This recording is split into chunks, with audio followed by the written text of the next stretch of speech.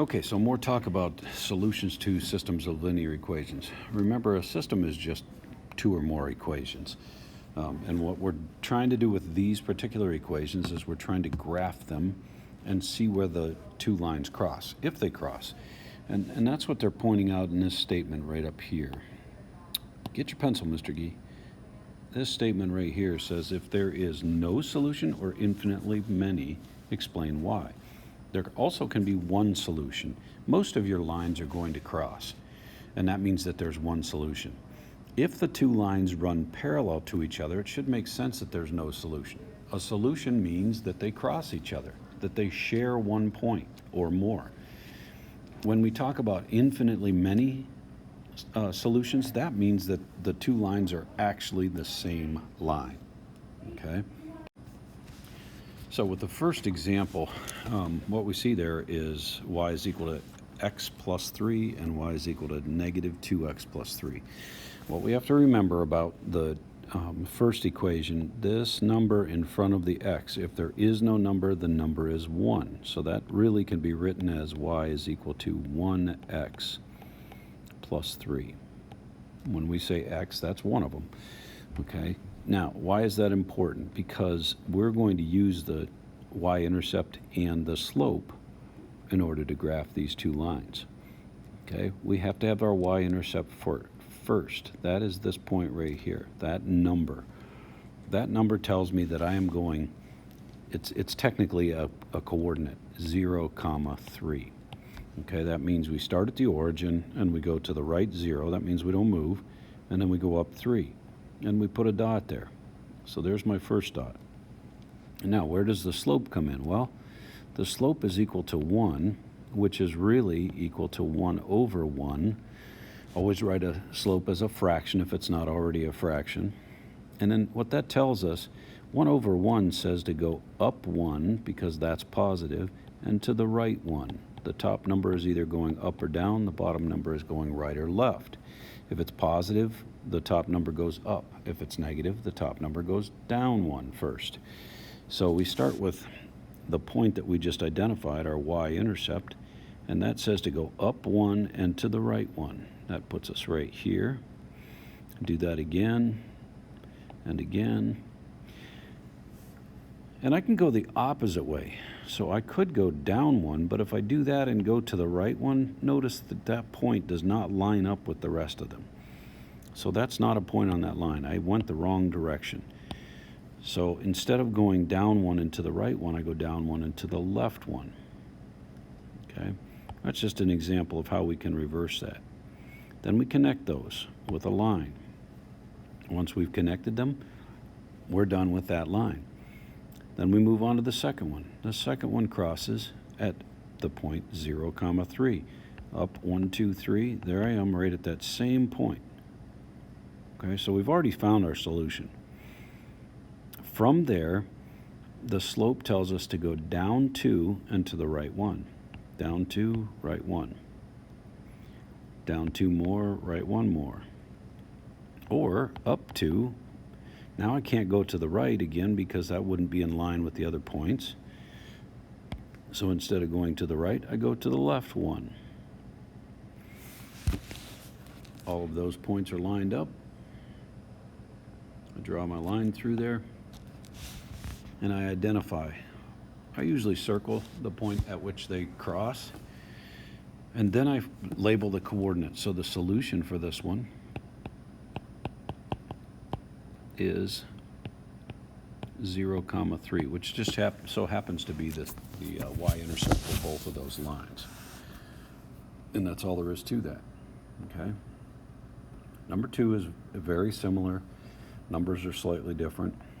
I'm going to skip forward to number 3. Number 3 is a little bit different because you'll notice that the first equation has a y-intercept of positive 3. The second equation doesn't appear to have a y-intercept written there at all. Okay? All that means is that the y-intercept is 0. Adding 0 to something does not change the value, so they just leave that out. Okay? So when we start the graph, first equation crosses the y-axis at positive 3, just like my previous example. So that line is going to go through there. The slope for this line is 2, or 2 over 1.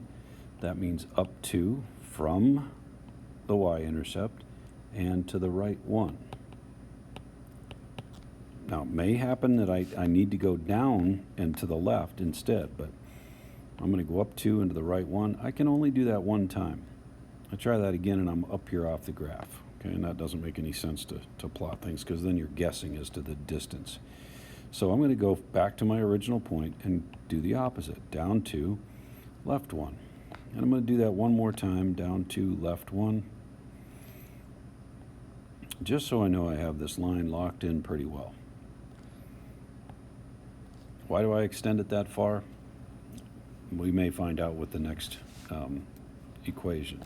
Sometimes it works out where your solution is way down off the graph, or not off the graph, but almost. So the second one, I put in this plus 0 because it did not have a y-intercept. That means it's a 0. So that line is crossing at the origin. Okay, and then from that point, I follow my slope, which is 1 over 2. That means up 1, right 2. Again, y up and y to the right because they're both positive. If one of them was negative, then I'd go down or to the left. All right, so this says to go up 1 and to the right 2 from that point. Am I getting closer to the other line or further away? Obviously, it looks like I'm getting further away. So I'm going to go back to my original point, and I'm going to do the opposite. Down 1 and to the left 2. And there you see we cross. Okay, if it looks like you're going away from the other line, then just do the opposite from the original point, the start value, the y-intercept, whatever you want to call it. Again, my point is there, so I write the solution. The solution is always the xy coordinate. The x value is to the left 2, and the y value is down 1.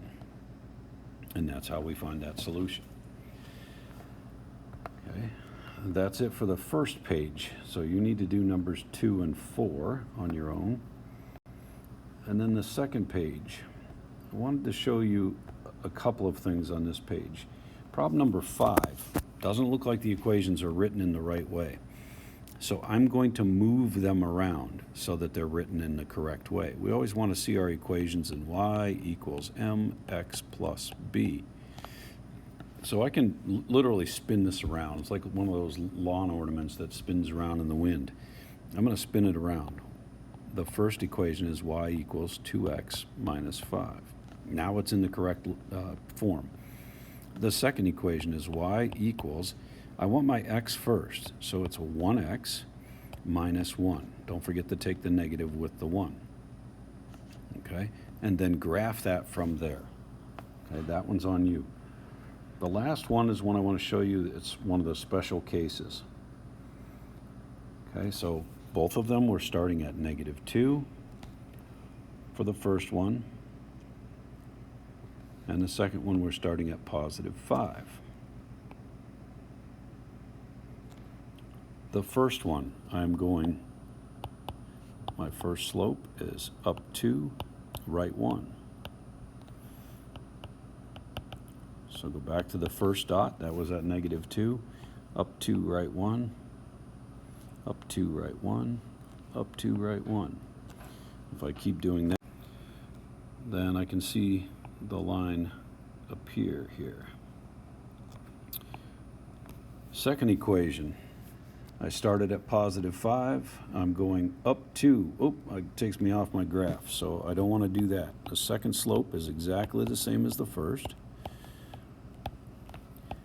And so what I want to do then, since I can't go up and to the right, I want to go down and to the left. Reverse both of your signs. So that means that I'm taking this and turning it into -2 over -1. So that's down 2 and left 1. And if I keep doing that, what you're going to find out is these two lines will never cross each other. Again, this is a special case called parallel lines. If they're parallel lines and they don't cross each other, we're looking for the place that they cross. So that means that the solution has to be no solution.